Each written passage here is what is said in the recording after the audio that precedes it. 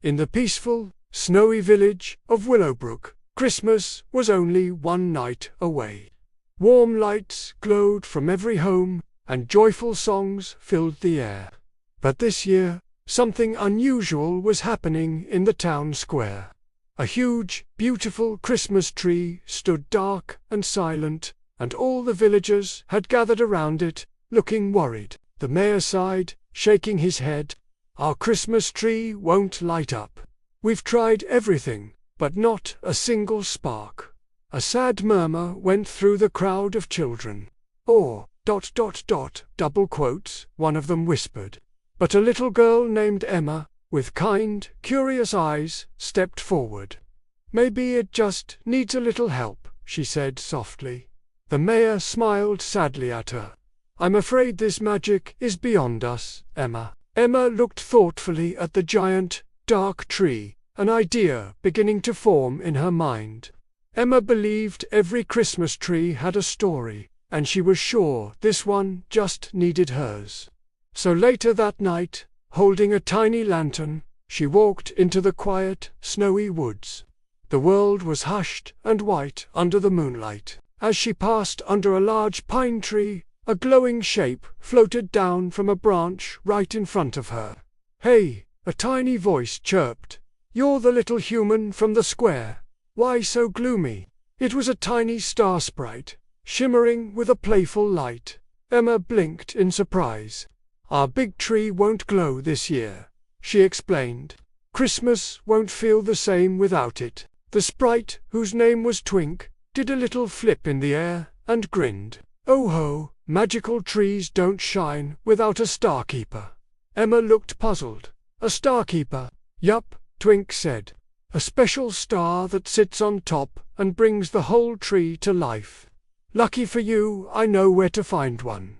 Twink led Emma deep into the forest, to a place she'd never seen before. They arrived at a hidden starlight cave, a magical grotto filled with shimmering, floating lights. It was where the rare starkeepers rested. Emma's eyes went wide. "They're beautiful, ... she whispered, watching the dozens of small, glowing stars drift gently around her. But then she noticed one small star flickering dimly in a quiet corner, all by itself. Twink flew over to it. "Pointy Pete, you're still hiding." The little star, Pete, spoke in a nervous, tiny voice. I'm not bright enough to top a Christmas tree." Emma knelt beside him, her expression gentle. "Maybe you just need a chance," she said. "Sometimes the smallest lights shine the brightest." At her words, Pete glowed a little brighter. "Really?" he asked, his voice a bit stronger. "Really?" Emma promised. Emma hurried back to the village square, holding Pete gently in her hands.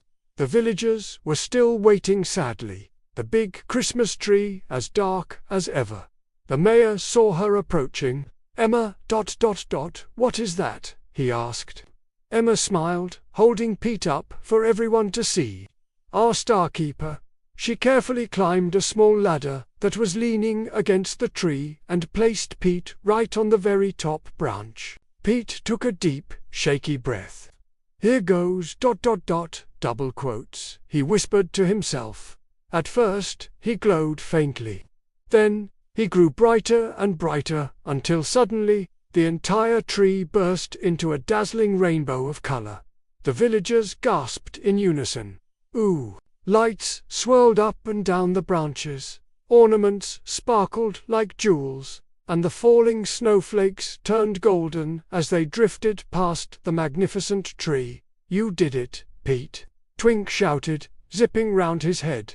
A few moments later, the square was filled with laughter and music. The mayor turned to Emma, his face full of joy. "Emma, you saved Christmas. But how did you do it?"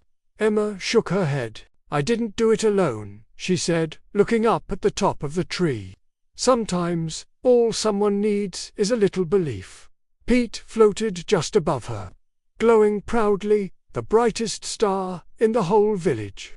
"And a brave friend," he added. "And so, Willowbrook's Christmas was brighter and more magical than ever, all thanks to a girl with courage, a star with heart, and a tree that finally found its light.